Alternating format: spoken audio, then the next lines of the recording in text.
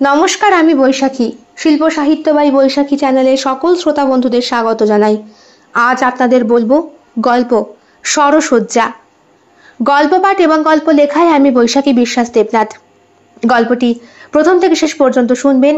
ভালো লাগলে অবশ্যই লাইক করবেন, কমেন্ট করবেন, শেয়ার করবেন এবং আপনাদের প্রিয় চ্যানেল শিল্প সাহিত্য বাই বৈশাখী সাবস্ক্রাইব করে বেল বাটন প্রেস করে পাশে থাকতে একদম ভুলবেন না। বন্ধুরা, শিল্প সাহিত্য বাই বৈশাখী এখন চলে এসেছে ইউটিউব মিউজিক পডকাস্টে। ইচ্ছে করলে আপনারা সেখান থেকেও গল্প শুনতে পারেন এবং আপনাদের ব্যক্তিগত মতামত আমার সঙ্গে শেয়ার করতে পারেন। আজ আপনাদের বলবো গল্প সরসজ্জা। গল্প পাঠ এবং গল্প লেখায় আমি বৈশাখী বিশ্বাস দেবনাথ। গল্পটি প্রাপ্তবয়স্ক শ্রোতা বন্ধুদের জন্য। ভাবি যান বলো চারুদি, এই যে নতুন রান্নার লোক আইছে, হো কাজে লাগিয়ে দাও। আর শোনো, ঘুরে দাঁড়ায় মেয়েটি। নতুন কাজের লোক, অসম্ভব সুন্দর তার দেহ। প্রথমে ভালো করে লক্ষ্য করেনি রাখি। চারুদির কাছে জানতে পেরে একটু ঘুরে তাকায়। তার বুক, মাজা, নিতম্ব, মুখশ্রী সবটা কেমন যেন ধোঁয়াশা ভরা। চোখের চশমাটা খুলে ফেললে কার সাথে যেন মুখের একটা মিল রয়েছে। এই প্রাসাদ সম বাড়িতে খুব শিগগিরই একটি রান্নার লোকের প্রয়োজন, বিশেষ করে যে বাচ্চার রান্না করতে পারে আর সারাদিন বাচ্চার দেখাশোনা করবে। কিছুদিন পরেই 5 বছরের জন্মদিনের অনুষ্ঠান, তাই বাড়িটা রীতিমতো সেজে উঠেছে। এক এক করে আত্মীয় স্বজন যাতায়াত শুরু করেছে। রান্নার জন্য প্রচুর সিলিন্ডার মজুত করা হয়েছে। রাখি বলল, তোমার নামটা কি? মলি। বাহ, সুন্দর নাম। এই চারুদি, তুমি ওর সঙ্গে দেখা করে নিও। হ্যাঁ, আর আমি এখন বেরোই। বলেই বেরিয়ে যায় রাখি। মোজাফফর অনেকক্ষণ আগেই অফিস চলে গিয়েছে।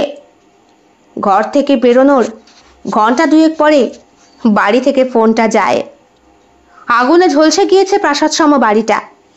5খানা সিলিন্ডার ব্লাস্ট হয়েছে, আর ভেতরের ঘরেই ছিল ছোট্ট রাজকন্যা। কোমর বন্ধনীটা কোমর থেকে খুলে বিছানার এক পাশে রাখল রাখি। হাতে এই এক গাছা স্বর্ণের চুড়ি, বাপের জন্মে চোখে না দেখলে যা হয়।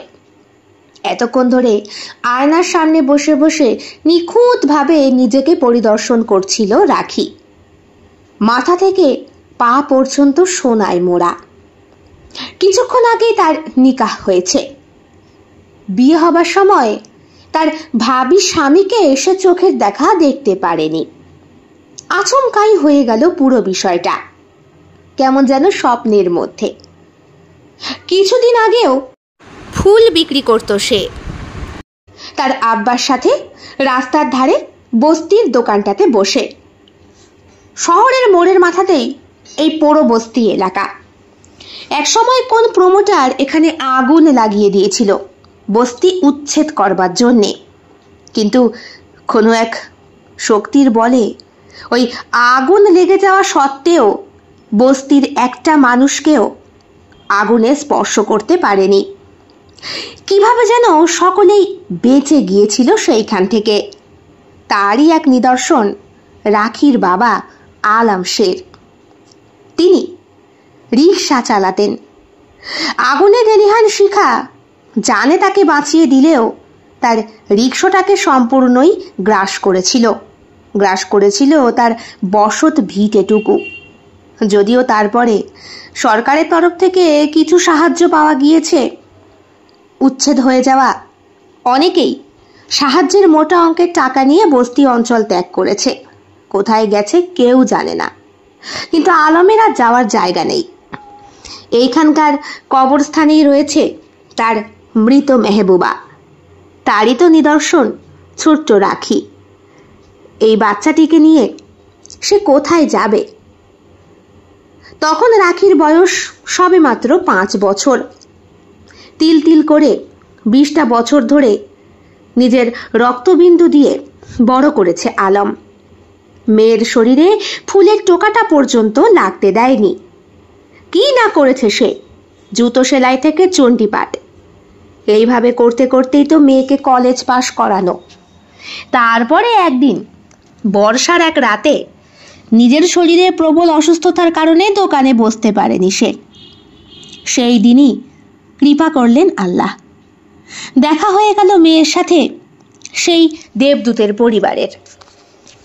গাড়িটা দাঁড়িয়েছিল তখন রাত প্রায় 10টার কাছাকাছি। দোকানটা বন্ধ করতে যাবে এমন সময়, এই মেয়ে, এই ফুলের মালাগুলো কত? কালো কাছে ঘেরা একটা গাড়ি, ভেতরে বসে থাকা চালক মশাই জিজ্ঞেস করেছিলেন। রাখির কিন্তু এইসব বিষয়ে যথেষ্ট আত্মসম্মান বোধ। বলল, একই বৃষ্টি পড়তেছে, তার উপরে দোকান এখন বন্ধ করার সময় হয়েছে, রাত বাজে 10টা। আপনি কে? আমি যেই হই না কেন, যে কটা ফুল আছে সব কটা দাও, লাগবে। এত রাতে ফুল দেয়া কি করবেন? বিয়া বাসরে লাগবে বুঝি? তোমাকে টাকা দেবো তো নাকি? রাখির সব বিষয় ভীষণ কৌতূহল। শিক্ষিত হওয়ার পর থেকে কৌতূহলটা আরো বেশি বেড়েছে। দোকানে বসে বসেই সে চাকরির পরীক্ষার বই পড়ে, অথচ দোকানটা প্রায় ভেঙেই যেতে চলেছে। বাড়িটা পুড়ে যাওয়ার পর একটা টিনের একচালা বানিয়ে বাপে আর মেয়ের বসবাস। বেশি কথা না বাড়িয়ে দেবে নাকি অন্য দোকানে যাব? হাসাইলেন বাবু, এই এলাকায় এই আমার দোকান ছাড়া কারোর দোকান এখন খোলা পাইবেন না। দাও দাও দাও, কথা না বাড়িয়ে দাও। সব ফুলগুলো দেওয়ার পর মোটামুটি 1000 টাকা মতো দাম উঠলেও 10টা 1000 টাকা পেয়ে গিয়েছিল সেই দিন রাখি। যদিও গাড়ির ড্রাইভার কিন্তু ভেতর থেকে বাইরে বেরিয়ে আসেনি, তিনি ভেতরেই বসেছিলেন। অঙ্গুলি ইশারা করে ওকে ডেকেছিলেন। সব ফুলের মালা তার হাতে তুলে দিতেই তিনি নোটগুলো ধরিয়ে দিয়েছিলেন। কি করতেছেন বাবু, এত টাকা দাম না তো, মাত্র। যাই হোক না কেন, টাকাটা তুমি রাখো বলেই গাড়িটি বেরিয়ে গিয়েছিল। বাড়িতে আসার পরই বাবা মেয়েকে জড়িয়ে ধরেছিলেন, বলেছিলেন, তুই হইলে গিয়া আমার জান্নাতের নূর, এই তোর জন্যই তো বাচ্চা আছি রে মা। কটা দিন বাপ মেয়ের বেশ ভালোভাবেই চলে গিয়েছিল। বহুদিন পর বাড়িতে একটু মাংস ভাত, একটু ভালো আনাজপাতি। রাখি অপেক্ষায় থাকে ওই লোকটি আবার কবে আসবে। অত রাতে অতগুলো ফুলের কিসের প্রয়োজন হয়েছিল? তার উপরে আবার অতগুলো টাকা। টাকার গরম থাকলে মানুষ কিসে না কিসে টাকা খরচ করতে চায়। দুম করে একদিন বাপ মেয়েতে দোকানে বসে হঠাৎ করে সেই কালো গাড়ির আবার আগমন, তবে এইবার উল্টো পথে। নাকি বুঝতে পারে যাবার সময় ফুল কিনে নিয়ে গিয়েছিল, ফিরল প্রায় দিন 7 পর। তবে এইবার গাড়ি ভর্তি লোকজন। ওই বসে থাকা অঙ্গুলি নির্দেশ করা মানুষটি নয়, লোকটার আঙ্গুলটাই শুধু দেখা গিয়েছে। বাহাতের প্রত্যেকটা আঙ্গুলেই স্বর্ণের অলংকার, একটা মোটা ব্রেসলেটও ছিল কবজিতে। বোধহয় কোট্টর টাইপের কিছু একটা পরা সেই হাত। ফর্সা টকটকে হাতে কালো লোমগুলো বেশ সুদৃশ্যমান।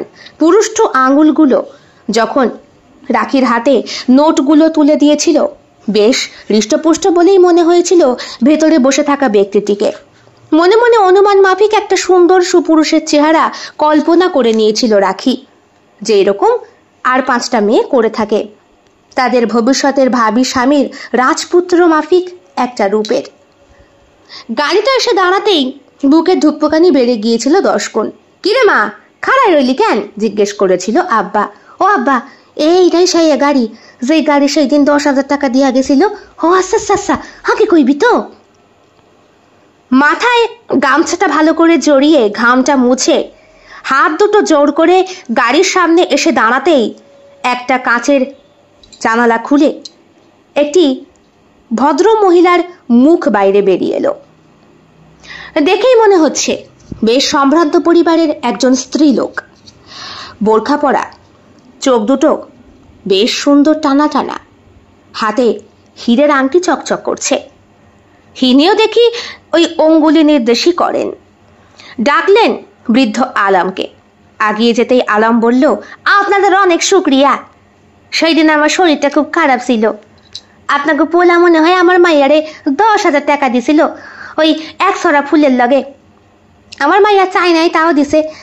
আমার মাইয়া হইল গিয়া জান্নাতের নূর, ও হইল গিয়া আমার ঘরের। এত বেশি কথা বলেন কেন আপনারা? এমন একটা সদুত্তর আসবে আলম আশা করেনি। বড় লোকদের সাথে কথাবার্তায় কোনোদিনই গরিব মানুষেরা পেরে ওঠে না, এই কথাটা সবসময় বলতো রাখির মা রেবেকা। তাকিয়ে রয়েছেন কেন এইভাবে? আপনার মেয়েটাকে আমাদের খুব পছন্দ হয়েছে, আমাদের বাড়ির বউ করতে চাই। আমার ছেলে মোশাররফের সাথে ওর নিকাহ দিতে চাই। এত সুন্দর একটা প্রপোজাল অ্যাকসেপ্ট না করে কি আলম থাকতে পারে? তারপরে গরিব হয়ে চাঁদে হাত, একেবারে ভিখারি ঘরের মেয়ে যাবে বড়লোকের বাড়ি, ভাবতেই শরীরটা কেমন যেন কাঁটা দিয়ে ওঠে আলমের। মুখ থেকে কথা বেরোয় না। বাবাকে ওই রকম স্ট্যাচু হয়ে দাঁড়িয়ে থাকতে দেখে ছুটে আসে রাখি। আব্বা, কি হয়েছে? কি হয়েছে তোমার? কি কইছে? এটা বুঝি মেয়ে? খুব সুন্দর, খুবই সুন্দরী। আমরা আমরা যাব আপনাদের বাড়িতে, যদি ঠিকানাটা একটু বলেন। হেসে দিয়েছিল আলম। কি যে কয় না পা, এখানে ঢুকাই বলবেন আলমের বাড়ি, ফুল বিক্রি করে, দেখে দিবানে। তারপরে গাড়িটাকে উদ্দেশ্য করে বললেন, ড্রাইভার চলো। কি হয়েছে আব্বা? আমারে কও দেখি। আরে দাঁড়া দাঁড়া, দেখ গেলই। গাড়িটা রাস্তার একদম শেষ মাথার গলিতে গিয়ে যখন মিলিয়ে গেল, তখন দীর্ঘশ্বাস ছেড়ে আলম ওপরের দিকে তাকিয়ে দোয়া করলো আল্লাহর কাছে। রেবেকাকে উদ্দেশ্য করে বলল, তোমার মরণ সফল হয়েছে গো। যেই মাইয়ারে তুমি আমার কোলে দিয়া মরছো, ওই মাইয়ার কপাল খুলছে। তুমিও তো এটাই চাইতা। আব্বা, আমি কিছু বুঝতে পারতাছি না, কি হয়েছে কও না। ওরে পোড়ামুখী, তোর কপাল খুলছে। অত বড় লোকের বাড়ি তোর বিয়া হবে নে? বিয়া? আমি এখন বিয়া করুম না বাপ। আমি বিয়া করলে তোমারে কে দেখাশোনা করবে? নিছক অভিমানের কথা, প্রত্যেকটি মেয়েই বলে। আলম সেটা ভালো করেই বোঝে। বলে, চল, আজ আর ফুল বিক্রি করা লাগবো না, সদিহি আমার সঙ্গে। বলে মেয়ের হাত ধরে নিয়ে চলে যান মেয়ের নানির বাসায়। খুব একটা যাতায়াত করে না আলম। নানিদের অবস্থা ভীষণ ভালো। রেবেকাকে নিয়ে আলম পালিয়ে এসেছিল এই বস্তিতে, তারপর বিয়ে করেছিল। কাজী সাহেব নিজে উপযাজক হয়ে বিয়ে দিয়েছিলেন। বলেছিলেন, মিয়া বিবি রাজি তো তাতে কি হয়েছে, কারো কোনো কাম নাই, সংসার তো করবা দুইজনে নাকি। কাজী সাহেবকে বাবার মতো দেখতো আলম আর রেবেকা। সেই রেবেকাই মেয়েকে জন্ম দিয়ে 5 বছর পর্যন্ত টিকে থাকলো। তারপর দাবানলের মতো আগুন রেবেকাকে শেষ করে দিয়েছিল। যদিও তার মৃত্যু, তার বডি কোনোটাতেই পুলিশ কোনো জাস্টিস করেনি। প্রমোটার টাকা দিয়ে সব ব্যাপারটাকে মিটিয়ে দিয়েছিল। রেবেকার জন্য মাঝে মাঝে খুব দুঃখ হয় আলমের, কিন্তু রানী দেখতে একেবারে রেবেকার ডিটো হয়েছে। এই জন্যই মাঝে মাঝে দুঃখটা ভুলে থাকার চেষ্টা করে। নানির বাড়িতে পা রাখার আগে আলম বলে রাখিকে, শোন, তর্ক করবি না, যা কয় মন দেয়া শুনবি। কিন্তু বাপ, আমি এখানে আসুম না। না না, খুব বাজে বাজে কথা কয় তোমারে। কইব না, হালার মাইয়া গুনিয়া পালায় গেছিলাম, সুখে শান্তিতে কোনোদিন রাখতে পারি নাই, একটু ভালো মন্দ খাওয়াইতে পারি নাই। ওই জন্যই তো আল্লাহ আমার কাছ থেকে ছিনায় নিছে ওরে।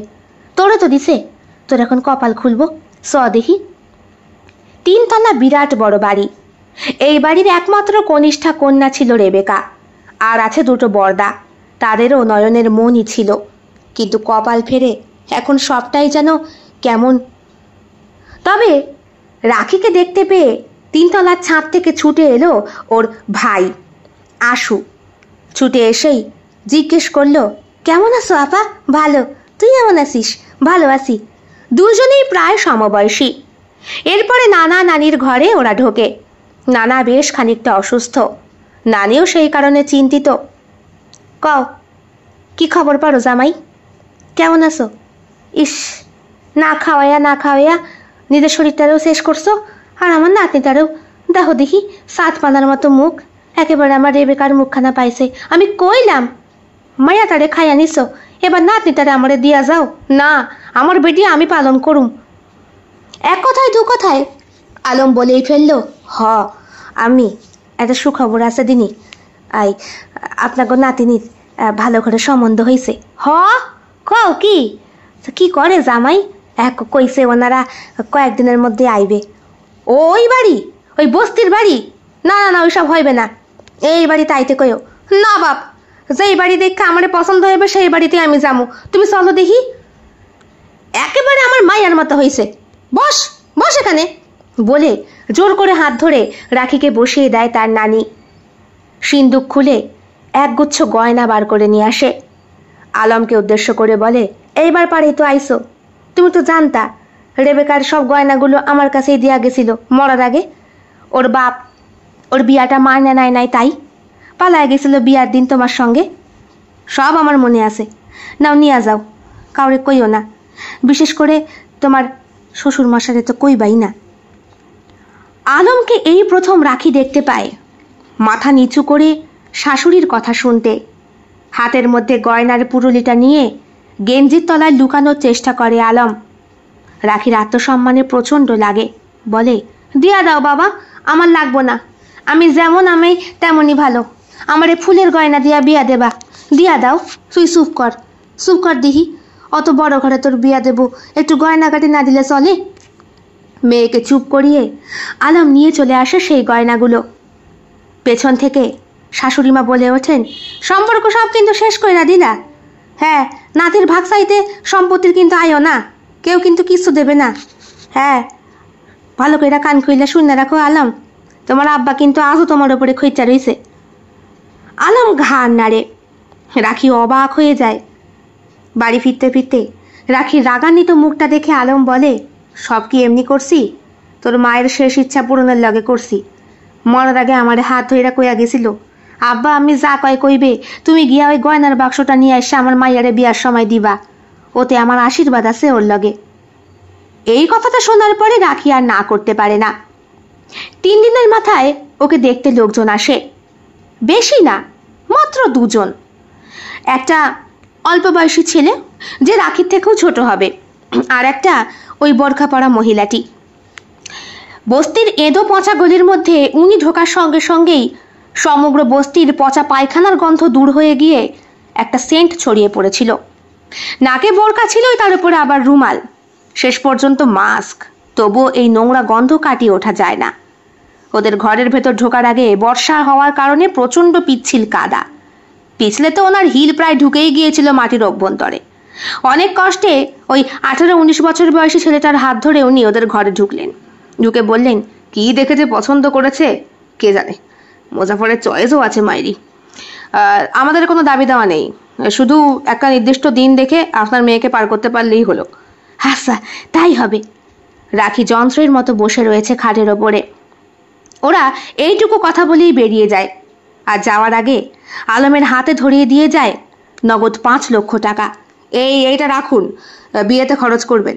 হ্যাঁ, আমার আছে, যা আছে তাই দিয়ে আমি মাইয়ারে দিব, ও আমারে দিয়া ছোট করবেন না আপা। কি আছে আপনার, কি খরচ করতে পারবেন? তাছাড়া আমাদের একটা স্ট্যাটাস আছে, বুঝতেই পারছেন, যেহেতু আমার ছেলের আপনার মেয়েকে পছন্দ হয়েছে তাই, না হলে এই বস্তির এদো পচা গলির মেয়েকে কখনোই ঘরের বউ করতাম না। শেষের কথাটি ভাগ্যিস রাখি শুনতে পায়নি। চলতি রাস্তায় যেতে যেতে আলোচনা হয়েছিল। আলমের বুকের ভেতরে শেল বেঁধে এই কথাটা শুনে, যদিও না করার মতো কোনো কিছুই নেই। মেয়ের বাবারা এরকম অনেক কিছুই শোনে, সবটাই তাদের মুখ বুঝে সহ্য করতে হয়। মাত্র 7 দিনের মাথায় কাজী সাহেবের উপস্থিতিতে একটা টাউন হলে ওদের বিয়ে হয়। এই হলের বন্দোবস্ত করে দিয়েছিল শ্বশুরবাড়ির লোকের তরফ থেকেই।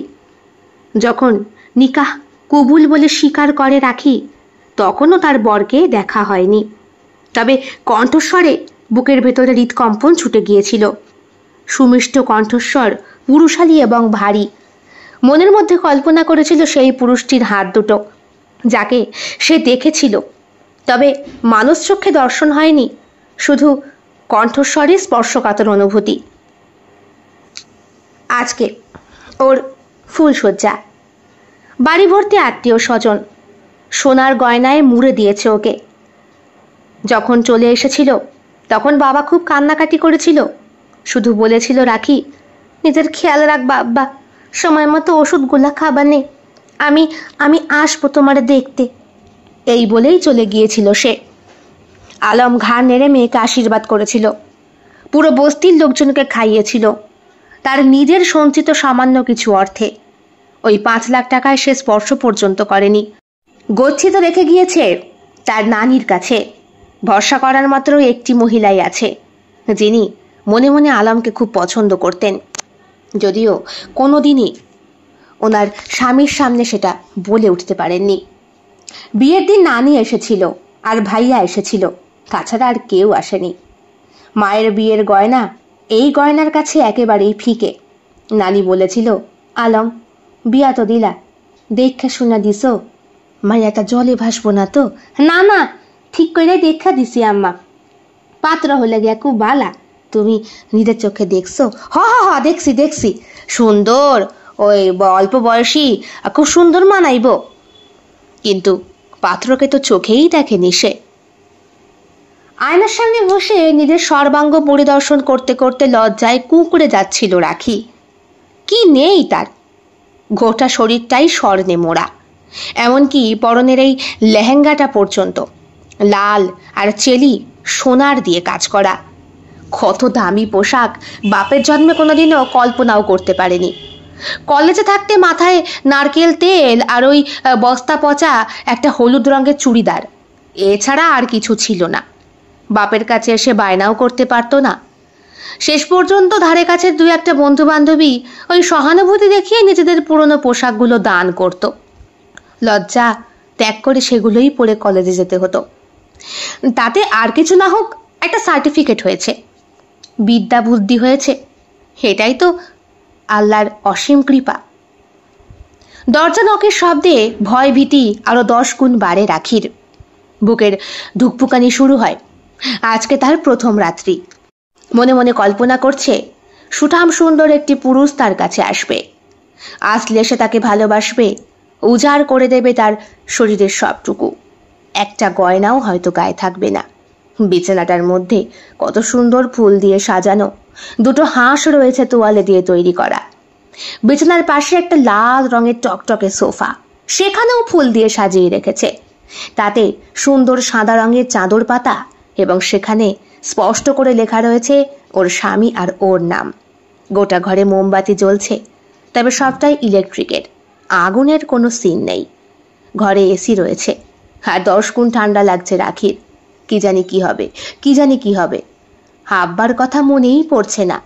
এত বৈভব, এত ঔজ্জ্বল্য, এত চাকচিক্য, তবুও সব কিছুর মাঝে আজকে সারা সন্ধ্যাটায় নিজের স্বামীকে একবারও দেখতে পায়নি। কি জানি বাবা, মানুষটা কেমন হবে। দরজাটা খোলার সঙ্গে সঙ্গে রাখি পেছন ঘুরে বসেছিল। আচমকাই সেই 18-19 বছর বয়সী ছেলেটি বলল, ভাবি, ভাইয়াকে এনেছি। রাখির চক্ষু চড়ক গাছ।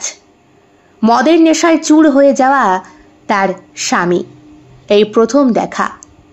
বয়স আন্দাজ 30-এর কোঠায়, মুখে চাপ দাড়ি, মাথার ঘন চুল, পরনে একটা আকাশি রঙের শেরওয়ানি, হাতে মদের বোতল, শরীরটা টলছে।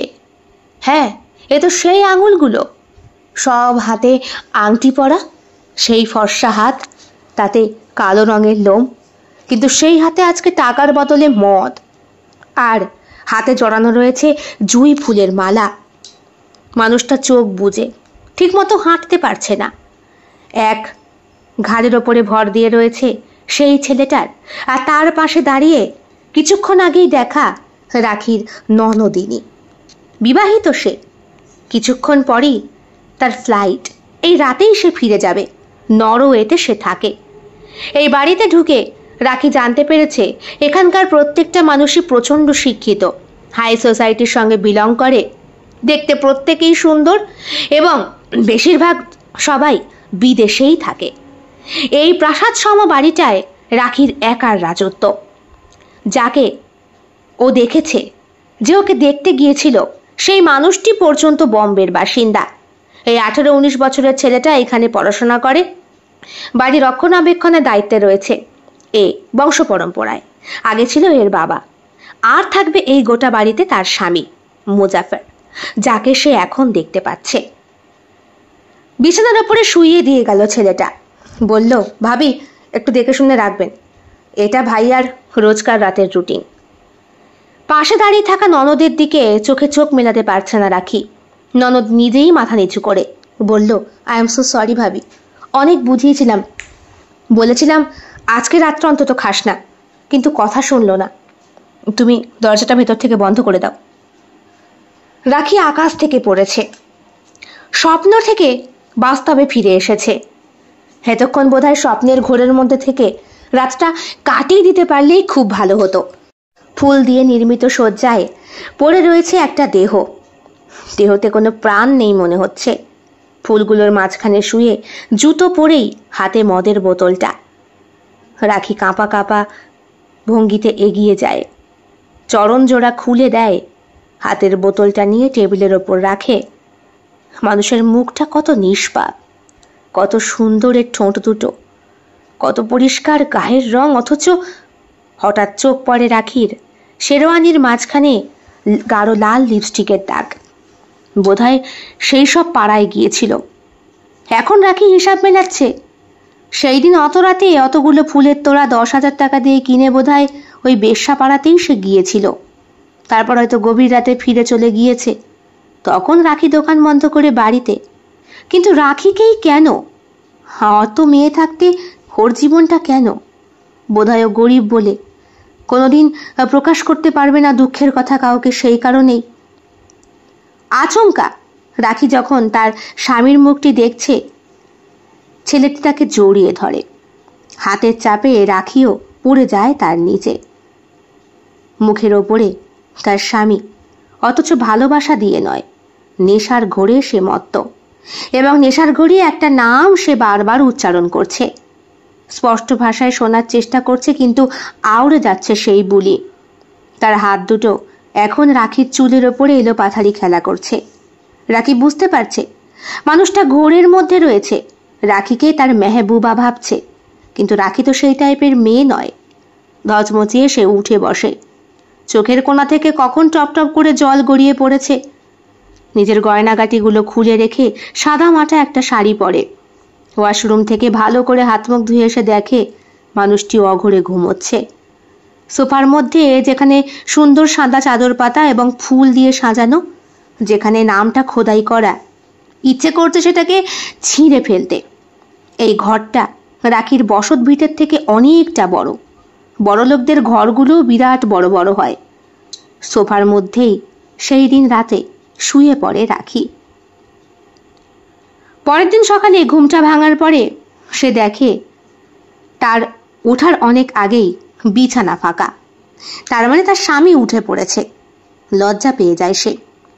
তাড়াতাড়ি উঠে হাত মুখ ধুয়ে এসে মাথায় ঘোমটাটা দিয়ে নিচে নামতে নামতে শুনতে পায় বাড়ির চাকর বাকর আলোচনা করছে। গত রাতেও তো খাই আইছে, জানিস না? কেন খাইবে না?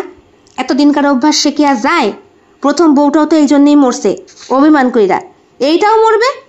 দীর্ঘদিন রাত্রেবেলা মেয়েগুলোরে জ্বালায়। বাবুর যত কিছু সবই বেশ্যা পল্লীতে। কেন এই মায়া মানুষগুলোর মধ্যে কি শরীর নাই, মন নাই? বিয়া কেন করে আমার তো মাথায় ঢোকে না। বুঝিস না? স্ট্যাটাস স্ট্যাটাস স্ট্যাটাস দেখানোর লাগে এরা বিয়া করে। বিয়া না করলে, একখানা বউ না থাকলে, একখানা বাসা কাঁচা না হইলে কি আর বংশধর রক্ষা করবে ক? এই তো মা ঠাকুরানি চলে গেছে কালকেই রাত্রেবেলা, আর দিদিও চলে গেছে। এখন এই গোটা বাড়ির মধ্যে তুই, আমি আর ওই দুইটা প্রাণী, আর থাকবে শ্যামল। বুঝছিস? ওই তো একখানা পোলার বাল, একখানা হারামির হার। আস্তে ক, শুনলে মার খাবি। শ্যামল? শ্যামলটাকে? ওই 18-19 বছরের ছেলেটা? কিন্তু ওর নামটা হতেই পারে। সে যদি নামতে নামতে দেখতে পায় রাখি খাবারের বিরাট বড় টেবিলটার মধ্যে একা বসে রয়েছে ওর স্বামী। পরনে সাদা রঙের পাজামা পাঞ্জাবি। হাতের আঙুলগুলো দেখলেই শরীরের ভেতরে শিহরণ খেলে ওর। ওপর থেকে নামতে নামতে পাটা প্রায় হড়কে যাচ্ছিল। ওই 18-19 বছর বয়সী ছেলেটি ওকে জাপটে ধরে। আসতে ভাবি, দেখে নামবেন তো? হ্যাঁ। তাকায় রাখি ওর দিকে। তোমার নাম শ্যামল? কেন, কিছু হয়েছে? না না, কিছু হয়নি। তোমার দাদাবাবু কি এইরকমই মাল খেয়ে? দাদাবাবুর অভ্যাস।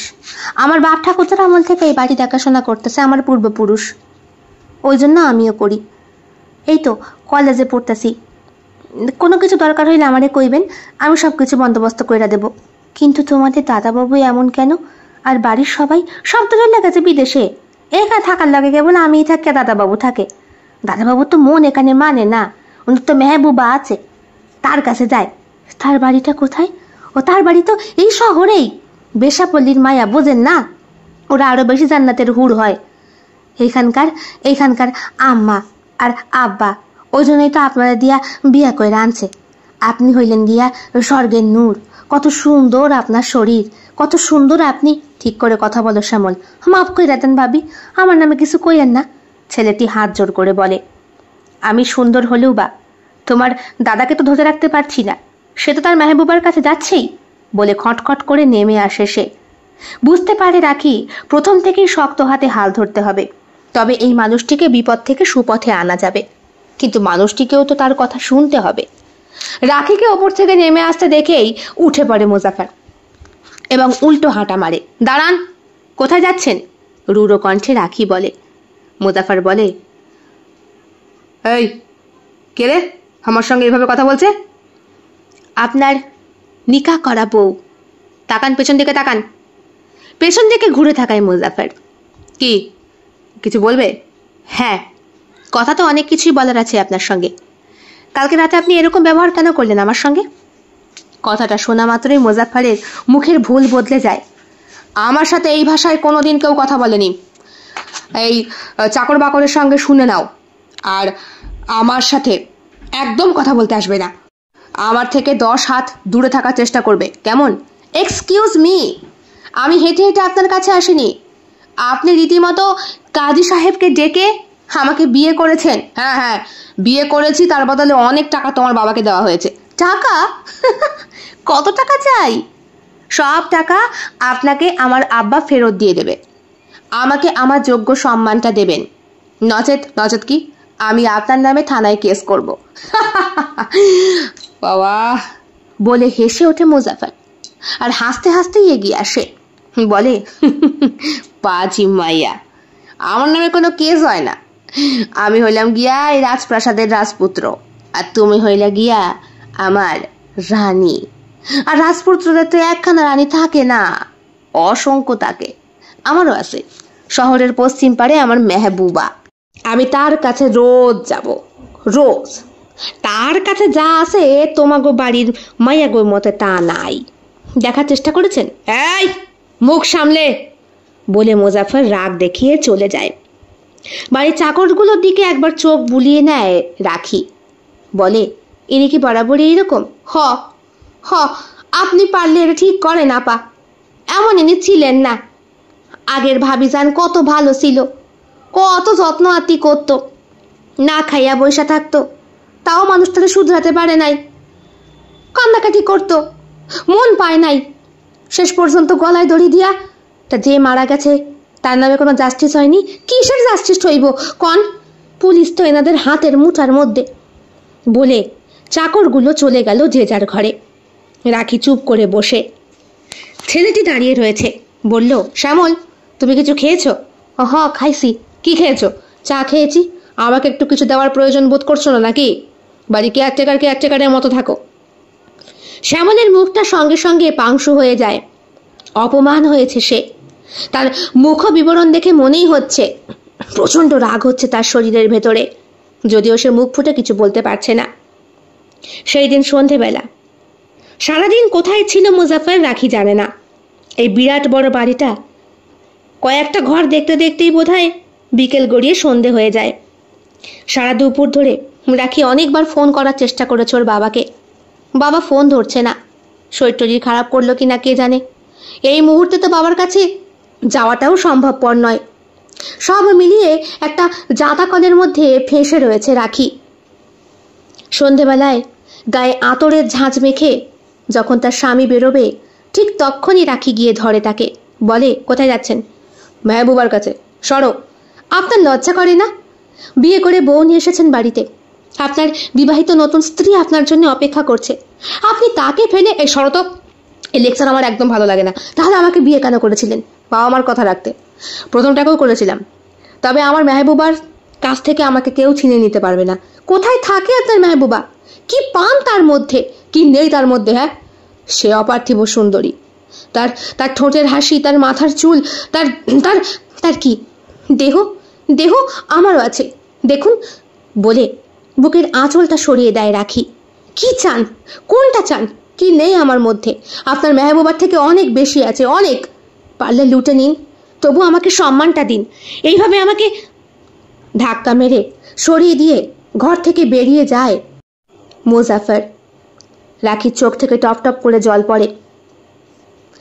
কিছুক্ষণ পর রাখি নিজেকে সামলে নেয়। গাড়িটা বেরিয়ে যাওয়ার শব্দের পরই শ্যামলকে সে খুঁজতে বেরোয়। বাড়ির চাকরের কাছে খোঁজ খবর নিয়ে জানতে পারে শ্যামল নাকি সন্ধেবেলা বেরিয়েছে। প্রত্যেক দিনই সে টিউশনি করতে বেরোয়। তাই নাকি? টিউশনি করতে আবার কোথায় যায় দেখতে হবে তো। সঙ্গে সঙ্গে বাড়ির কাজের মহিলা চারুমাসি বলে, ও আর কোথায় যাইবে, ওর বাবার ভিটেতে যায়। বাবার ভিটে মানে? কত বছর আগে ভিটে পুইরা ছাড়কার হয়ে গেছিল। ওর মা তখন ওরে নিয়ে আসে পেটের মধ্যে। তারপরই তো বস্তি থেকে বাইরে আইসা এই বাড়িতেও জন্ম হয়। ওর বাপ তো ওই লগেই কাজ করতো। তারপরে থানা পুলিশ কেস হইল, কিছুই হইল না। রাখি চুপ করে বসে। শ্যামলের তাহলে বয়স কত হবে চারুদি? ও শ্যামলের বয়স এখন হইবে হয়তো গিয়া তোমার বয়সই হবে। কলেজ পাস করছে তো। কলেজ পাস করেছে? কই দেখে তো মনে হয় না। দেখে তো মনে হয় 18-19 বছরের ছেলে। দেখ এরমই লাগে। তার বয়স আছে, অনেক বয়স। আর দেখতে তো সুন্দর, দেখছো না? রাখি মনে মনে হিসাব কষে। সত্যি শ্যামল দেখতে খুবই সুন্দর। পুরুষ মানুষ হলে কি হবে, মুখের কাঠামোটা মেয়েদের মতো। নখ, পা, মাথার চুল, এমনকি ঠোঁটের হাসি। আর যে কোনো অবস্থাতেই ওকে যদি মেয়ে সাজিয়ে কোনো পুরুষকে ভরকে দেওয়া হয় তাহলে সত্যিই সে পাগল হয়ে যাবে। খানিকক্ষণ ধরে চুপ করে বসে থাকার পরে রাখি বলে, তোমাদের বাবু কখন আসবে? ফিরতে ফিরতে অনেক রাত, কোনো দিন তো ফেরেই না। এই বলে চারু চলে যায়। যাই, কে কি খাবে কে জানে। শ্যামলও ফিরবে কিনা সন্দেহ আছে। আমার বাবা রান্না করতে করতেই দিন চলে যায়। কি বললে? না, শ্যামলও মাঝে মাঝে বাড়িতে ফেরে না। ওর মা বাবার ভিটার মধ্যে পড়ে থাকে। তাই? ও বাবা, তাই নাকি? তা ও যেই বস্তি এলাকা থেকে এসেছে, আমিও তো সেই বস্তি এলাকা থেকেই। আগো না, তুমি হইলে গিয়া পশ্চিম পাড়ের মাইয়া, আর ও হইল গিয়া দক্ষিণ পাড়ের পোলা। ওই বস্তিটা তো কিছুদিন আগেই জ্বলছিল, মানে ওই বছর 20-20 আগে। বোধহয় একসঙ্গেই হয়েছিল প্রমোটারের কাজ। তারপরে তো ফাইসা যাওয়ার ভয়ে বাবু এখানকার বাড়ির আইকা চলে গেল বিদেশে। এরপরই তো মুজাফর বাবুরা রইলা মাতারানি আইলো এখানে। বাবুর পড়াশোনা, বাবুর চাকরি বাকরি, বাবুর ব্যবসা, সব কিছু। হেলার পারে গিয়া চাকরি যখন হইল না তখন পৈতৃক ব্যবসা ধরল। প্রমোটারগুলোর সঙ্গে তো হাত আছে। রানী চুপ করে থাকে। আচ্ছা, আমি যদি একটু বাবার সঙ্গে দেখা করতে চাই, তোমাদের বাবু কিছু বলবে? আরে না, ওইসব থেকে বাবু কখনো বারণ করে না। শুধু বাবুরে ওই মায়া মানুষের থেকে তুমি দূরে সরাইতে পারবা না, যত চেষ্টাই করো না কেন। আগের বউটাও মরছে, তুমিও মরার জন্য তৈরি হও। কতদিন সুন্দর গয়না, সুন্দর শাড়ি, সুন্দর ঘর বাড়ি, কতদিন? ওই স্বামীর ভালোবাসা না পাইলে কিছুই ভাল লাগে না। বলে চারু চলে গেল। সত্যিই তো, কালকে পর্যন্ত নিজেকে স্বর্ণ অলঙ্কারে সুসজ্জিত দেখে বেশ গর্বিত মনে হচ্ছিল। আজকে মনে হচ্ছে সবটাই ফিকে, কিচ্ছু ভালো লাগছে না। একমাত্র কাছে পেতে ইচ্ছে করছে স্বামীটাকে। 7 দিন ধরে ভালো করে অবজারভেশন করেছে রাখি শ্যামলকে, বাড়ির কাজের লোকগুলোকে এবং ওর স্বামী মোজাফফরকে। 3 দিনের মধ্যে 1 দিন সে রাতে বাড়ি ফেরেনি, বাকি 2 দিন অনেক রাতে বাড়ি ফিরেছে। এই বাড়িতে থাকা, খাওয়া, পোশাক আশাক, ঘোরাফেরার কোনো স্বাধীনতাতে কোনো বারণ নেই। বাবার সাথে কি দেখা করে এসেছে? বাবার মুখের অবস্থা দেখে কান্নায় ভেঙে পড়েছিল রাখি। নানি এসেছে, বাবার নাকি মিনি স্ট্রোক হয়ে গিয়েছে। নানাও এসেছিল দেখতে। বিয়ের পরে সবাই সবটা মেনে নিয়েছে। গরিব ঘরের মেয়ে হওয়া সত্ত্বেও রাখিকে এত ভালো পাত্রের ঘরে বিয়ে দেওয়ার জন্যে জামাই হিসাবে সম্মান বেড়ে গিয়েছে বাবার। তাই নিজের ভেতরকার চাপা কষ্টটা চেপে রেখে রাখি হাসি মুখে বলেছিল নানিকে, আমি খুব ভালো আছি নানি, বাবা আমার যে ঘরে পেয়ে দিছে খুব সুখ, শাশুড়ি শ্বশুর কেউ থাকে না, বর আর আমি থাকি। তাহলে তো খুব সুন্দর দিন যায়। খুব সুন্দর দিন যায়। নানি হাসাহাসি করেছিল, তার সাথে নানাও। বাবার চোখে বেরিয়ে এসেছিল আনন্দের অশ্রু। কেবলমাত্র নিজের চোখের জলটাকে ঢাকার চেষ্টা করেছিল রানী। 7 দিনের পরে অষ্টম দিন। আজকে প্রবল ঝড় বৃষ্টি। এই কদিনে একদিনও রানীর সঙ্গে এক বিছানায় থাকেনি মোজাফফর। রানীর স্থান সেই সোফায়, আর মোজাফফরের স্থান বিছানায় মদ্যপ অবস্থায়। শ্যামল এসে দিয়ে যায়, কোনো কোনো সময় চারুদি ধরে নিয়ে আসে, কোনো কোনো সময় শ্যামল নিজেই আসে। অষ্টম দিন প্রবল ঝড় বৃষ্টি সন্ধ্যে থেকেই। মুডটা সম্পূর্ণ খারাপ রয়েছে মোজাফফরের। গাড়ি নিয়ে যাওয়াটা অসম্ভব ওই বস্তি এলাকায়। তার উপরে মাটি কাদা, সবটাতে একটা অস্বস্তিকর পরিবেশ। আজকে মদের আসরটা বাড়িতে বসালে কেমন হয়?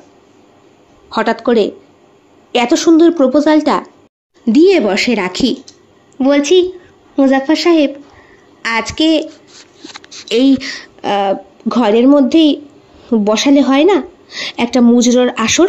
তোমার মাথা ঠিক আছে? হ্যাঁ, কেন ঠিক থাকবে না? বড় বাড়ির বড় বড় ব্যাপার সেপার। তাছাড়া আপনার মেহবুবা তো আপনার মনটাকে কেড়েই রেখেছে, তার সঙ্গে আপনার দেহটাও। আমি ওটার ওপরে কবজা করতে চাইছি না, কেবল আজকে রাতের জন্যে আপনার মুজরো সঙ্গী হতে চাই। একটা রাত জীবনে স্মরণীয় হয়ে থাক। তাছাড়া আমাকে আমার আব্বা আর আম্মি ফোন করেছিল, মানে আপনার আব্বা আম্মি, সুখবরটা খুব শিগগিরই দিতে বলেছে। এই বংশের একটা বংশপ্রদীপের প্রয়োজন, সেই কারণেই নাকি আমাকে নিয়ে আসা। আমি ওনাদের প্রত্যেকটা কথা অক্ষরে অক্ষরে পালন করছি। এত অত্যাচার সহ্য করেও আপনার সঙ্গে সংসার করছি। প্রত্যেক দিন রাত্রেবেলা আপনি আমাকে ছেড়ে অন্য নারীর সঙ্গে সঙ্গ দিচ্ছেন, জেনেও আপনার নামে পুলিশ কেস করছি না। আপনার বাড়ির প্রত্যেকটা চাকর বাকর খুব ভালো, আমার সঙ্গে সময় দেয়। এত বড় অপমান যেন আমিও এই বাড়ির চাকরের যোগ্য, তাও কিছু বলছি না। এই পুরো বাড়িটার মধ্যে বুক ভরা অক্সিজেন নেওয়া যায় না মুজাফফর সাহেব, সবটাই যেন কার্বন ডাইঅক্সাইডের ধোঁয়া।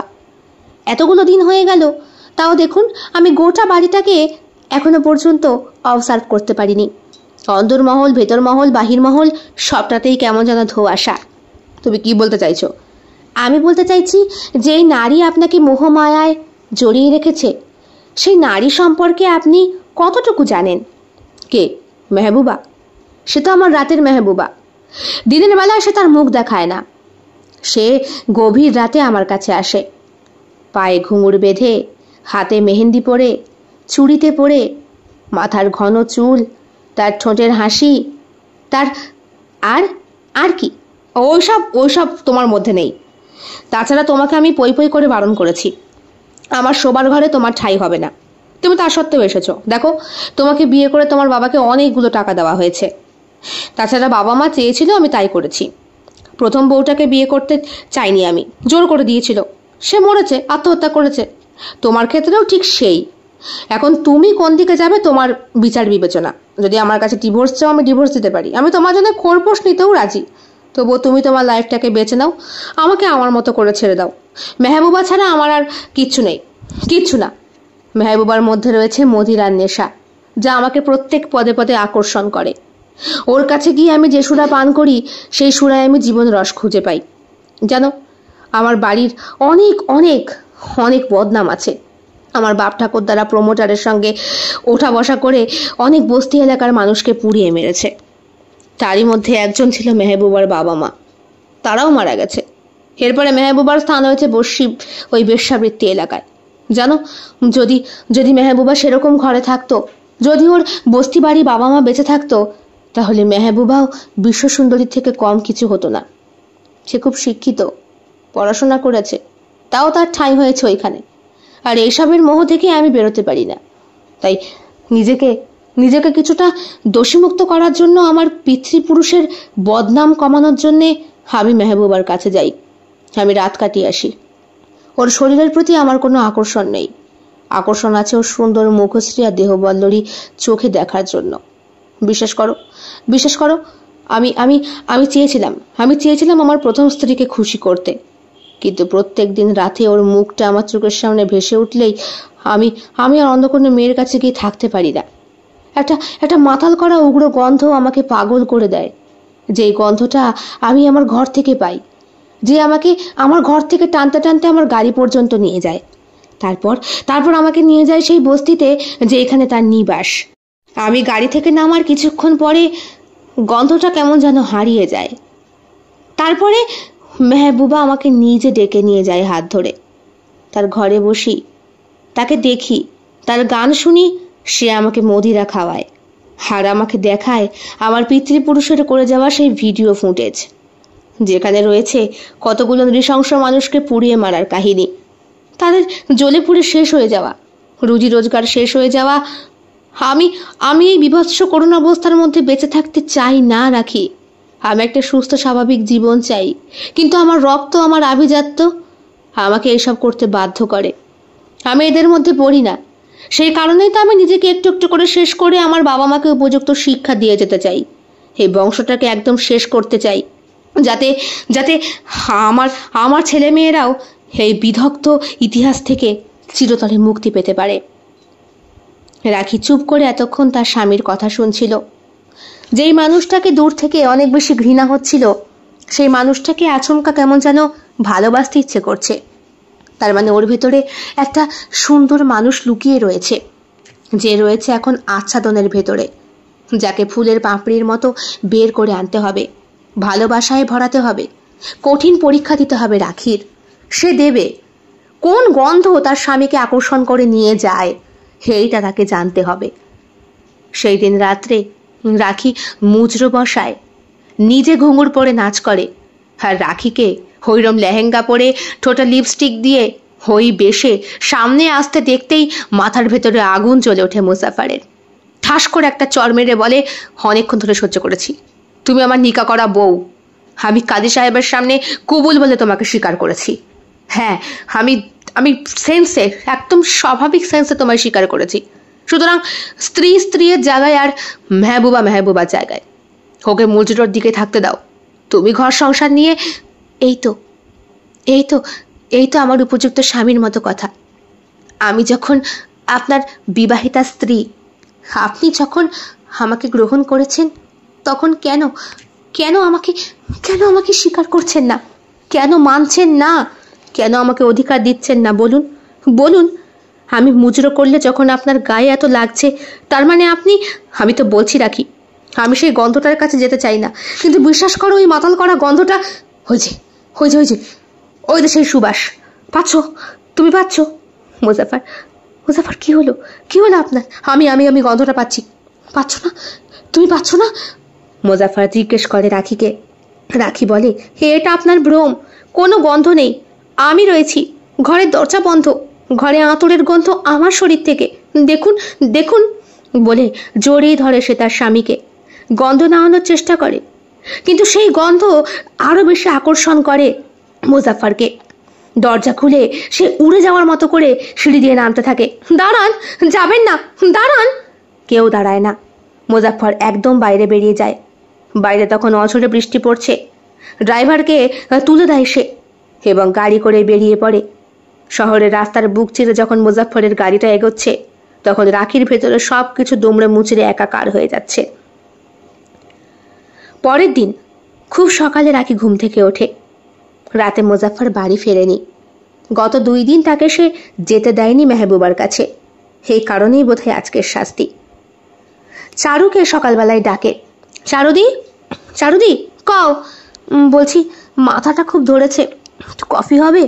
কফি তো শেষ, শ্যামল তো বাড়ি নাই, 2 দিন ধরে আনাজপাতি আনা হইতেছে না। আমি আজকে রসুলের পাঠাইছি জোর কইরা। ও তো বয়স হয়েছে, ও তো পারে না। এই বাজার ঘাট দেখাশোনা তো শ্যামলই করে। ঘরের আনাজপাতি সব ফুরন্ত। শ্যামল নেই? কদিন হয়েছে? আজকে নিয়ে 3 দিন হইল। কালকে রাতে বাবু বাড়ি ফেরে নাই না বৌদি? হ্যাঁ, ফেরেনি, তবে এবার ফিরবে। সেই দিন সন্ধেবেলায় শ্যামল বাড়ি ফেরে। তার মনটা বিরাট ফুরফুরে। দেখেই মনে হচ্ছে যেন কোনো কাজ সে সিদ্ধ করতে পেরেছে। সিঁড়ি দিয়ে ওপরে উঠে তার ঘর, আর আরেক ধাপ সিঁড়ি পেরিয়ে ওপরে উঠে রানীর ঘর। মোটামুটি শ্যামল বেশ আভিজাত্যের মধ্যেই থাকে। তার ঘরটা অপেক্ষাকৃত ছোট হলে কি হবে, ঘরের আসবাবপত্র, তার পোশাক আশাক দেখে মনেই হবে সেও যেন এই বাড়ির কোনো অধিপতি। একটু একটু করে শ্যামলের ভাব, ভঙ্গি, আচার সবটাই কেমন যেন বদলে যাচ্ছে। বয়সটা দেখে কম বলে মনে হয়, কিন্তু সে রাখিরই বয়সী। শ্যামল, শ্যামল ঢুকেই যাচ্ছিল তার ঘরে। ওপরের ব্যালকনি থেকে রাখি ডাকে। প্রাসাদ সম বিরাট বড় বাড়ি, তার অন্দরমহলটা বিরাট। যেমন অন্দরমহলটা বড়, তেমন লোকানোর জায়গাও বিস্তর। মোজাফার কোথায়? মোজাফার? ও তো আমি জানি না। আমি আসছি, তুমি ওইখানেই দাঁড়াও বলে রাখি এক পা দুপা করে নেমে আসে নিচের দিকে। আসার পরে রাখি মুখোমুখি হয় শ্যামলের। শ্যামল হাত দুটো পেছন দিকে দাঁড় করিয়ে রেখেছে। এইভাবেই সে দাঁড়ায়। হাত দুটো দেখি। হাতে আবার কি দেখবেন? দেখি দেখি হাত দুটো দেখি। শ্যামল তার হাত দুটো লুকিয়ে রাখার চেষ্টা করে। রাখি জোর করে তার হাতটাকে সামনে এগিয়ে এনে বলে, এ কি, হাতে মেহেন্দি পড়েছ কেন? নিকাহ করেছ নাকি? কোথায় সেই বউ? না, মানে গতকাল রাত্রে আমার মা বাবার মৃত্যুর দিন, তাই আমি। বাহ, মা বাবার মৃত্যুর দিনে তুমি মেহেন্দি পরে সেলিব্রেট করছো? আরে কি, পায়ের মধ্যে কি লাগিয়েছো? হ্যাঁ, দেখি দেখি। পায়ের বুট, তার উপরে হালকা শব্দের নূপুর পরা। খুব কাছে এগিয়ে আসে রাখি, ওর গলার কাছে নাক নিয়ে বলে, লেডিস পারফিউম? বাহ, দারুণ তো। স্পষ্ট করে বলো, মোজাফফর কোথায়? শ্যামলের চোখ দুটো অগ্নিগর্ভ হয়ে ওঠে।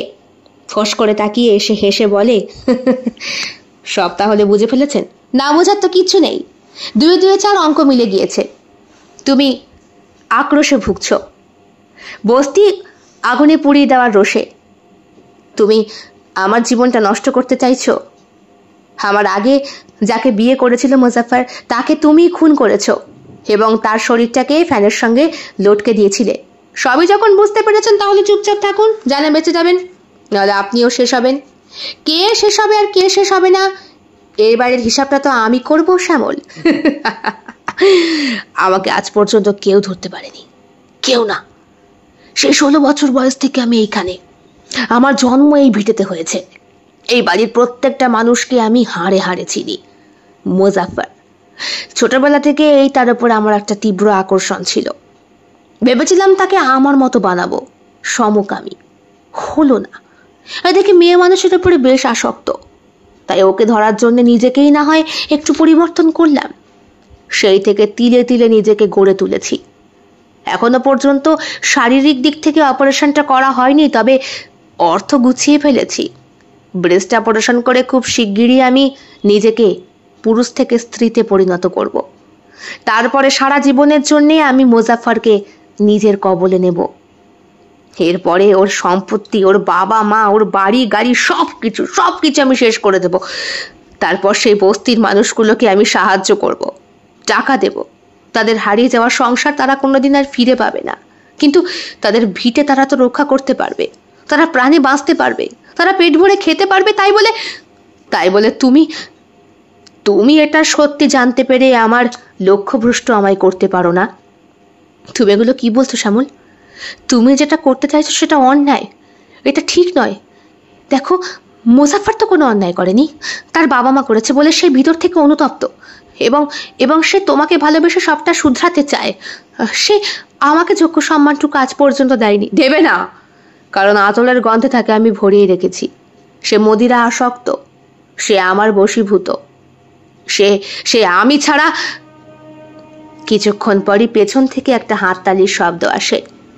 পেছন ঘুরে ফিরে তাকায় শ্যামল, দেখে মোজাফফর দাঁড়িয়ে। বাহ, সত্যি কথাটা রাখি আমাকে বলে আমার কাছে একটা চড়ও খেয়েছে, কিন্তু আমি রাখির কথায় ভরসা করিনি। ফিরতে ফিরতে ভোর রাত হয়ে গিয়েছিল। নেশার ঘরে ছিলাম। রাখি তখনই আমার কাছে বসে আমাকে সত্যিটা জানায়। বলে, তুই নাকি এর সঙ্গে জড়িত। মেহবুবা মানে কেউ নেই, আছিস তুই। যখন মেহবুবা থাকে তখন তুই থাকিস না। তুইও আমার সঙ্গে সঙ্গে আমার গাড়িতে করেই যাস তোর বস্তি বাড়ি। আমি এতগুলো বছর তোর মোহে আক্রান্ত হয়েও আমি ধরতে পারিনি। হ্যাঁ, তুই তো পাক্কা খেলোয়াড় তো আপনারাও কম জান না। আপনারা বড়লোক মানুষ, কত মানুষকে মিথ্যে ধপ্পা দিয়ে আপনারা তাদের জমি বাজেয়াপ্ত করেছেন। তাদের কাছ থেকেই শেখা। তা সত্যটা যখন জানতেই পেরেছেন, তখন পেছন দিকে দাঁড়িয়েছিল রাখি। বুঝতে পারেনি আচমকাই মোজাফফর ছুটে আসার আগেই পেছন থেকে এক ধাক্কা মেরে রাখিকে সিঁড়ি দিয়ে নিচে ফেলে দেয় শ্যামল। আর তারপর হাতের কাছে ছোট্ট ছুরিটা নিয়ে এলো পাথারি চালাতে শুরু করে মোজাফফরের সমস্ত শরীরে। চারু আর রসুল বিষয়টা দেখে আতঙ্কিত হয়ে প্রাসাদসম বাড়ি থেকে ছুটে বেরিয়ে যায় এবং খবর দেয় দারোয়ানকে। আধ ঘন্টার মধ্যে পুলিশ আসে। উদ্ধার করা হয়েছে দুটো মানুষকে, হাসপাতালে ভর্তি করা হয়েছে। দুইজনই প্রাণে বেঁচে গিয়েছে, তবে অসম্ভব রক্তপাত হয়েছে দুটো মানুষের। শ্যামলকে গ্রেপ্তার করা যায়নি, সে তৎক্ষণাৎ পালিয়েছে সেইখান থেকে। তার সমস্ত আইডেন্টিটি প্রুফ নিয়ে তাকে খোঁজা হচ্ছে তন্ন তন্ন করে। শহরের প্রত্যেকটি জায়গায় তার ছবি সাটিয়ে দেওয়া হয়েছে, মিডিয়ার মাধ্যমে সবাইকে জানানো হয়েছে। তবুও 7টা দিন কেটে যাবার পরেও শ্যামলের কোনো খোঁজ পাওয়া যায়নি। দিন 15 পর অনেকটাই সুস্থ হয়েছে মোজাফফর আর রাখি। আব্বা আম্মি সবাই এসেছে। আব্বা বারবার বলছে, এখনো সময় আছে মোজাফফর, রাখি বুদ্ধিমতী মেয়ে। আমি তোমার প্রথম থেকেই বলতাম এই শ্যামল নামক ছেলেটির ওপরে আমার কেমন একটা অদ্ভুত একটা ভাব আছে। আমার সন্দেহ হতো একে, সেই সন্দেহ সফল হয়েছে। ওয়েল ডান, ওয়েল ডান বলে রাখির ঘাড়ের ওপরে চাপড় মারেন তিনি। খুশি হয়েছেন আর বললেন, আমি খুব খুশি আমার স্ত্রী সঠিক মানুষকে নির্বাচন করেছে। তুমিই পারবে আমার ছেলেকে সামলাতে। সামলে রেখো মা, তোমার হাতেই কিন্তু গোটা ঘর সংসার প্রতিপত্তি। হ্যাঁ, একটা সময় আমার পূর্বপুরুষেরা অনেক বড় ভুল করেছে, আর সেই কারণে আমরাও এখন সেই পথে আর যাই না।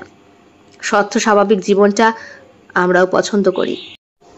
সুন্দর একটা ঘরে শয্যা নির্মাণ করা হয়েছে, যেই ঘরটা রাখির ফুলসজ্জার জন্য সাজানো হয়েছিল। আবার ফুল দিয়ে সাজানো হয়েছে। পারতে পারতে জেগে উঠেছে গোটা ঘরটা দুটো মানুষকে অভ্যর্থনা করবে বলে। রাখি বসে রয়েছে শয্যার মধ্যে। মোজাফফর ঘরে আসে। দরজা বন্ধ করার সঙ্গে সঙ্গে রাখি নিচে ধুকপুকানি শুনতে পায়। মোজাফফর কাছে এসে একটা হীরের আংটি উপহার দিয়ে বলে, তোমার ওপরে অনেক টর্চার করেছি, আজকে সব টর্চারের ঝাল তুমি তুলতে পারো। আমি আজকে থেকে তোমার। আমি অনেক বড় ভুল করেছি। আমি শ্যামলের মোহে আক্রান্ত হয়েছিলাম। আমি ওর কথায় ভুলে থাকতাম। ও আমাকে যা বলতো আমি তাই শুনতাম। আমার জীবনের কতগুলো মূল্যবান সময় থাক না, আজ আর কথা বাড়িয়ে লাভ নেই। আজকে বরং আমরা একটু গল্প করি। আমাদের অতীত জীবন, বর্তমান জীবন, ভবিষ্যৎ জীবন নিয়ে একটু আলোচনা করি। শুধু কি আলোচনাই করব, এর বেশি কিচ্ছু না। ওটার জন্য অনেক সময় আছে। কথাটা শেষ করার সঙ্গে সঙ্গেই ফোনটা বেজে ওঠে মোজাফফরের। রাখি বলে, ফোনটা আমি ধরি? ধরো। মোজাফফর তখন শুয়ে রয়েছে রাখির কোলের ওপরে। রাখি হাত বুলিয়ে দিচ্ছে মোজাফফরের সারা মাথায় এবং হাত বোলাতে বোলাতেই ফোনটা রিসিভ করে রাখি। হ্যালো, কে? ফোনের ও প্রান্ত থেকে হিস হিসি একটা নারীর শব্দ। পর সোহাগ করছে, ভালো লাগছে। কে কে বলছেন? কি ভেবেছিলি আমি মরে গেছি? আমাকে ধরা কারো সাধ্যি নেই। আমি প্রত্যেক প্রাসাদের আভিজাত্য নষ্ট করার জন্যে জন্মগ্রহণ করি, যুগে যুগে করি, আর এখনো করব। আরে আমি হলাম সেই কালিমা যেগুলো থেকে আজ পর্যন্ত কোনো জমিদার বা রাজারা বেরিয়ে আসতে পারেনি। আমি সেই মোহ যে মোহগ্রস্ত করে রাখে গোটা সমাজকে। কে? শ্যামল? উঠে বসে মোজাফফর। কে? শ্যামল? আমাকে দাও, আমি এক্ষুনি ইন্সপেক্টরকে ফোন করি। থাক না, আমাদের জীবন থেকে তো ও চলে গেছে, ওকে এখন যেতে দাও। তুমি আর আমি এখন নতুন করে কিছু একটা শুরু করার চেষ্টা করি। মোজাফফরকে নিজের মাঝখানে টেনে নেয় রাখি, হারিয়ে দেয় ভালোবাসার মধ্যে, কিন্তু বুকের ভেতরে বিধে থাকে সেই ভয়। পুরুষ নারী, নারী পুরুষ উভয়কে যেমন আকর্ষণ করতে পারে, তেমন বিকর্ষণ করে শেষও করে দিতে পারে। শ্যামল প্রাণে বেঁচে আছে। আবার কোনো জায়গায় কোনো রকম অজ্ঞাত বেশে যদি শ্যামল আবার ফিরে আসে ওদের জীবনে, তখন কি হবে? কি ব্যাপার বলো তো? আমি তখন থেকে তোমার মুখের দিকে তাকিয়ে তোমার সৌন্দর্য দেখছি, তুমি আমার দিকে ফিরেও তাকাচ্ছ না। না, ভয় হচ্ছে। কিসের ভয়? যদি যদি আবার কোনো বিপদ, আবার কোনো শ্যামল। আর কেউ ফিরে আসবে না। শ্যামল এখন গা ঢাকা দিয়ে রয়েছে, ওকে লুকিয়ে থাকতে দাও। সামনাসামনি কোনোদিনও আসতে পারবে না। পারবে পারবে পারবে, ও পারবে। ওর ভেতরে খুব রাগ, খুব রাগ। ও ঠিক শোধ তুলবে, ও ঠিক শোধ তুলবে, দেখো ও ঠিক। ঘটনার ঠিক বছর 5 পর প্রাসাদ শামা বাড়িটায় হঠাৎ করে আগুন লেগেছে। কিছুদিন আগেই বাড়িতে একটা রান্নার লোক লেগেছিল। এখন সকলেই ব্যস্ত। বাড়িতে ছোট্ট একটা আদরের দুলালি জন্মগ্রহণ করেছে, মোজাফফর আর রাখির সন্তান। রাখি নিজেও একটা কাজের সঙ্গে এখন যুক্ত। মোজাফফর কোম্পানি দেখাশোনা করে। এছাড়া তো বাড়িতে মানুষ বলতে আর কেউ নেই। চারু আছে, আর আছে রসুল। তবে কি করে যে সিলিন্ডারটা ব্লাস্ট করলো, একটা নয় 5-5টা, আর গোটা বাড়িটা আগুনে ঢেকে গেল। হাসপাতালে বসে কান্নায় বুক চামড়াচ্ছে রাখি আর মোজাফফর। এই প্রবল অগ্নিগর্ভে বলি হয়েছে ছোট্ট শিশুটা। একটা নার্স এগিয়ে আসে, সুন্দর সাদা রঙের পোশাক পরা। এসে বেশ সহাস্য বদনে ওদের কাছে দাঁড়ায়। খুব কষ্ট লাগছে তাই না? ঘাড়টা উঁচু করে মোজাফফর তাকায়। আমারও খুব কষ্ট হয়েছিল। চোখের সামনে আমার আব্বা যেভাবে জ্বলে পুড়ে গিয়েছিল, আর আমার জন্ম হয়েছিল আপনাদের ভিটে। সেই শোধটা তুললাম। তবে ছোট্ট জানটাকে মেরে ফেলতে চাইনি। কি করে জানো? ভাবি যান বাইরে বেরিয়ে ছোট্ট জানটা বলি হয়ে গেল। ভালোই হয়েছে। বলে না, পাপের ফল নিজের বাপকেও ছাড়ে না। মোজাফফর আর রাখির মধ্যে সেই শক্তিটা নেই যে পাল্টা আক্রমণ করবে। সব কিছু খুঁইয়ে ওরা আজকে নিঃস্ব। সব থাকতেও একটা সন্তান নেই, ওদেরকে সব কিছু শেষ করে দিয়ে চলে গিয়েছে। প্রতিহিংসার আগুন যদি পরম্পরা চলতেই থাকে, তবে সেই আগুনের দাবানল মেটানোর ক্ষমতা কারো বাবার সাধ্যি নেই।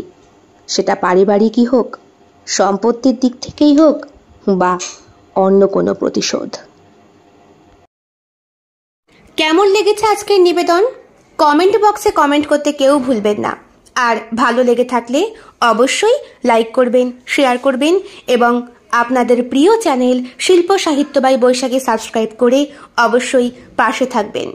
দেখা হবে অন্য আরো একটি ভিন্ন স্বাদের গল্পের সঙ্গে খুব শিগগিরই। বন্ধুরা, বেল বাটন প্রেস করতে কিন্তু একদম ভুলবেন না, নতুন গল্পের নোটিফিকেশন চট জলদি পেয়ে যাবার জন্যে। দেখা হবে খুব শিগগিরই আরো নতুন একটি ভিন্ন স্বাদের গল্পের সঙ্গে। সবাই খুব ভালো থাকবেন, সুস্থ থাকবেন এবং শরীরের যত্ন নেবেন। বিদায়।